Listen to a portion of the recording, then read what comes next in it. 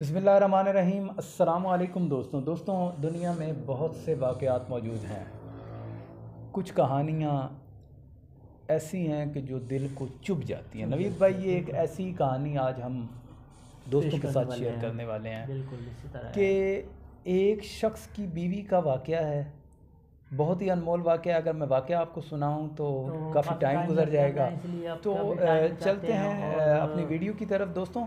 तो इससे पहले मेरी एक रिक्वेस्ट है कि अगर चैनल पर नए हैं तो सब्सक्राइब यार ज़रूर किया करें, इससे हमारी सपोर्ट होती है। वीडियो को लाइक भी किया करें। जो वीडियो होती है वो जो है ना, आपको एक सबक देने के लिए सबक आमोज़ होती है। कोशिश करते हैं हम इसमें कुछ सिखाने की, अमल करने की भी और लोगों को शेयर करने की भी। चलते हैं वीडियो की जानिब और आपको दिखाते हैं दोस्तों। दुनिया बहुत से वाक़यात से भरी पड़ी है, मगर हम आपके लिए ऐसा वाक़या चुन के लेके आए हैं कि आप हैरान हो गए।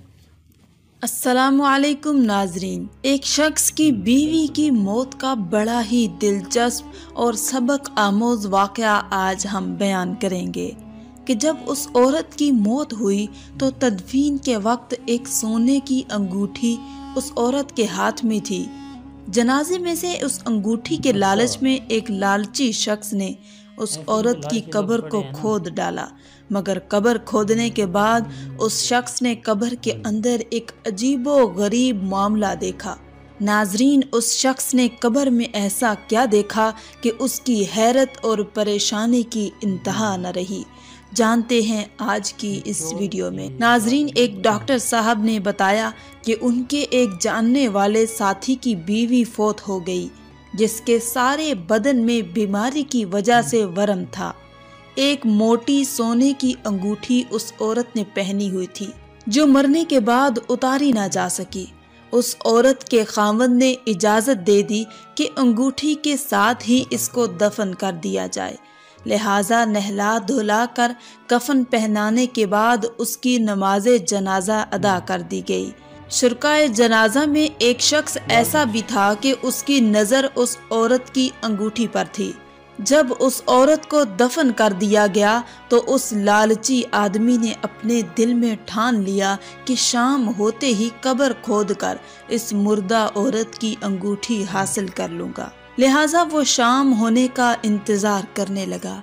जब शाम हो गई तो वो कब्रिस्तान की तरफ चल दिया। कब्र पर पहुंचकर उसने कब्र खोदना शुरू कर दी। जब उसने सारी कब्र खोद डाली तो उसने कब्र के अंदर एक अजीबो गरीब मंजर देखा, जिसकी वजह से उसकी हैरत और परेशानी की इंतहा हो गई। उसने देखा कि वही मुर्दा औरत एक मसहरी पर रेशम के बिस्तर पर आराम कर रही है और उस औरत के इर्द गिर्द बेहतरीन पर्दे लगे हुए हैं कि अंदर बड़ा ही रूह परवर माहौल था। खुशबुएं आ रही थी, ठंडी हवाएं चल रही थीं। उस शख्स ने जब ये मंजर देखा तो उस पर हैबत तारी हो गई। खौफो परेशानी के आलम में वो जल्दी जल्दी कब्र से बाहर निकल गया। उसने जैसे तैसे करके कब्र को बंद कर दिया और वापस अपने घर को चला आया। जब कुछ दिनों तक उसके औसान बहाल हुए तो उसने अपने करीबी साथियों से ये वाक़या बयान कर दिया। वो तमाम के तमाम भी ये वाक़या सुनने के बाद हैरत में डूब गए। पहले पहल तो उन्होंने इसे लानत मुलामत की, मगर फिर वाक़या सुनने के बाद वो तमाम उस औरत के खामद के पास चले गए कि उस औरत का हाल दरियाफ्त करें कि उसके ऐसे कौन से अमाल थे कि जिसकी वजह से अल्लाह ताला ने उस पर कब्र के अंदर इनामो इकराम कर दिया।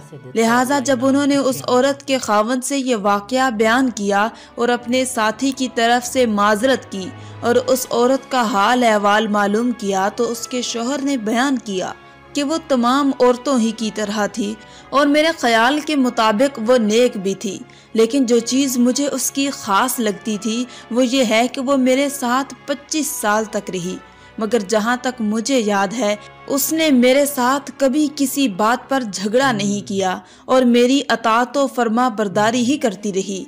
मेरे ख्याल से उसकी फरमा बरदारी की वजह से अल्लाह ताला ने उसके साथ कब्र में अच्छा मामला किया और खामंद की अताअत का ये सिला उसे मिला कि वो कब्र में दाखिल होते ही जन्नत में पहुंच गई। नाज़रीन, इस वाक़े में बड़ा ही अनमोल दरसे हयात हमें मिलता है। दरसे हयात ये है कि जो औरतें अपने खामंद की फरमा बरदारी करती हैं, उनकी अताअत करती हैं,